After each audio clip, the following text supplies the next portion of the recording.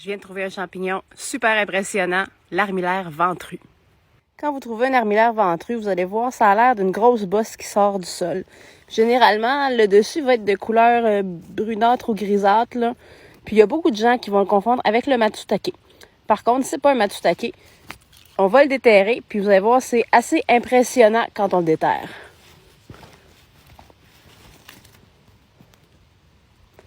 Regardez la taille du pied. C'est vraiment énorme. Puis ça, c'est vraiment pas le plus gros qu'on peut trouver, là. Donc, vous voyez que son pied est radicant. Il est comme en forme de carotte. Puis, il y a un voile qui recouvre l'ensemble des lames. Puis là, je vais le couper en deux pour vous montrer l'intérieur. On va bien voir la différence avec le matsutake. Bon, c'est un peu dommage parce que celui-là, il est vraiment vieux puis il est tout mangé par les vers. Mais la différence avec le matsutake, c'est principalement que les lames vont être décurrentes. C'est-à-dire que vous voyez que les lames ici viennent se raccrocher au pied puis descendre sur le pied. Tandis que le matsutake, les lames vont s'arrêter net au pied puis descendront pas sur le pied. Une autre différence, c'est au niveau de l'odeur. Le matsutake va avoir une odeur épicée, tandis que l'armillaire ventru va avoir une odeur de farine ou de concombre. C'est un champignon qu'on va trouver au sol dans les forêts de conifères, particulièrement d'épinettes et de sapins, et c'est un bon comestible.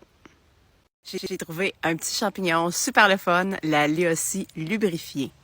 La Léocie lubrifiée, c'est un petit champignon qui est gélatineux. Ça fait penser un peu à des jujubes, là, c'est une texture de gummy bear. C'est un champignon qui pousse généralement en groupe, c'est très rare qu'on va le trouver seul.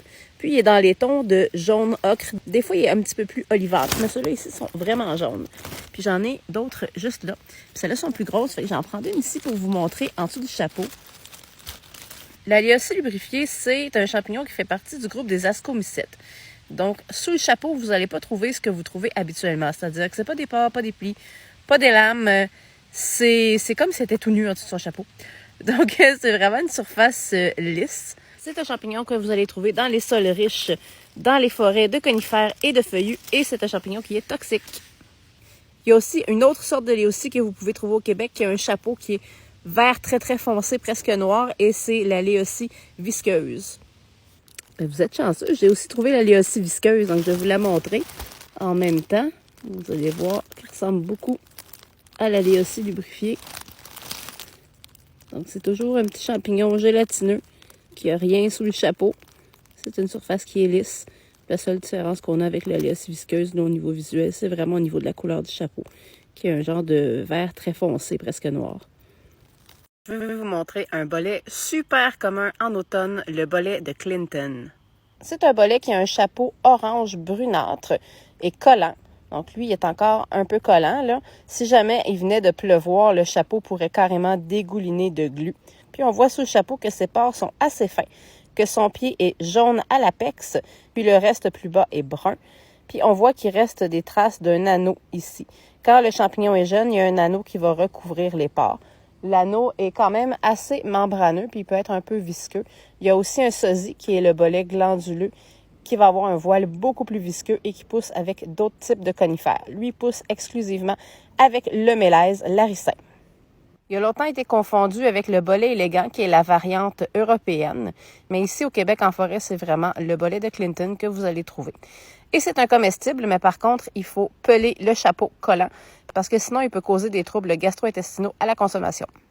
J'ai trouvé un des rares cortinaires qu'on peut identifier, le cortinaire violet.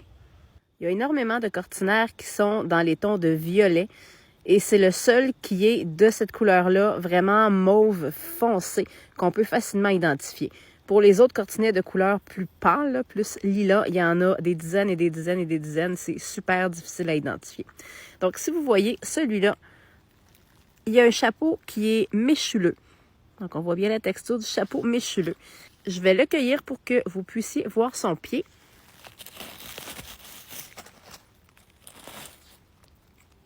Donc, regardez comment son pied est vraiment très bulbeux à la base. C'est très caractéristique de l'espèce.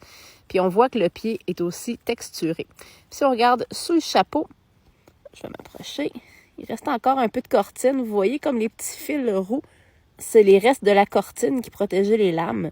Puis, les cortinaires ont tous une sporée de couleur rouille. Puis, on voit la couleur rouille là, dans les restes de cortine qui sont collés sur le pied. Puis maintenant, je vais le couper en deux pour vous montrer l'intérieur. Donc, vous voyez que l'intérieur est aussi mauve foncé. Les lames sont mauve foncé. Donc, c'est vraiment un champignon qui est mauve en entier, puis vraiment de couleur assez foncée. Donc, c'est la façon de le distinguer des autres cortinaires. Mais les autres cortinaires qui sont dans les tons de violet sont vraiment beaucoup plus pâles. Celui-là, on le trouve dans les sapinières à bouleaux. Donc là, vous voyez des aiguilles de pin au sol, mais dans le fond, présentement, je suis en dessous d'un sapin. Donc, j'ai un petit sapin ici, puis j'ai des bouleaux plus loin là-bas, là. Et c'est un comestible médiocre. Personnellement, je sais que ce qui est classé comestible médiocre, ça goûte mauvais. Donc, je ne l'ai jamais goûté. Puis si jamais vous êtes débutant, je vous le recommande pas non plus parce qu'il y a quand même risque de confusion avec d'autres cortinaires dans les tons de mauve. On m'a demandé qu'est-ce que j'amène avec moi quand je vais en cueillette. Fait que je vais vous faire une liste de tout ce que j'amène. Par contre, gardez en tête que moi, à la base, je suis une randonneuse qui fait de la photo de champignons. Je suis pas une cueilleuse de gros volume. Donc, si votre intention, c'est de faire des grosses cueillettes de plusieurs livres de champignons, vous serez pas bien équipé avec ce que je vais vous donner là. Quand je vais en forêt, j'ai toujours des bottes de randonnée parce que j'ai les chevilles qui tournent facilement, donc j'ai vraiment besoin d'avoir un support à la cheville. J'en ai 2 paires, j'ai mes vieilles bottes King qui sont trouées, comme vous pouvez voir, que je vais mettre quand je vais dans des sentiers qui sont assez plats puis pas vraiment boueux.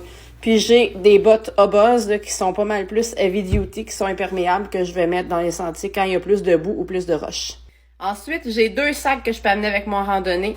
J'ai un petit sac de randonnée en bandoulière comme ça. Puis j'ai aussi mon gros sac de randonnée, là, plus classique. J'amène jamais de panier avec moi. Je trouve ça super encombrant. Je déteste avoir un panier dans les mains en forêt. Fait que moi, je vais vraiment travailler avec mon sac à dos uniquement. Puis j'amène aussi des sacs en papier pour mettre mes champignons. Donc j'en ai toujours plusieurs avec moi. Évidemment, j'ai mon couteau. Mon couteau, je l'ai acheté en surplus d'armée.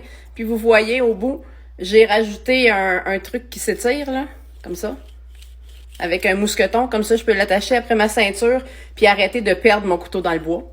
Comme je suis un buffet à maringouins, j'amène vraiment plein d'affaires pour me protéger des maringouins. Fait que j'ai toujours un petit filet comme ça pour la tête, puis même en début de saison, je vais avoir un chapeau avec un filet.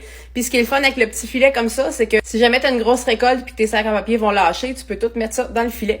C'est super pratique.